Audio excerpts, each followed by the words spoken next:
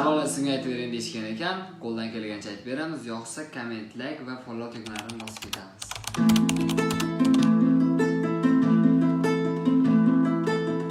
Yana uchrashuvga kech qolib keldi kayfiyatim buzib. Jonim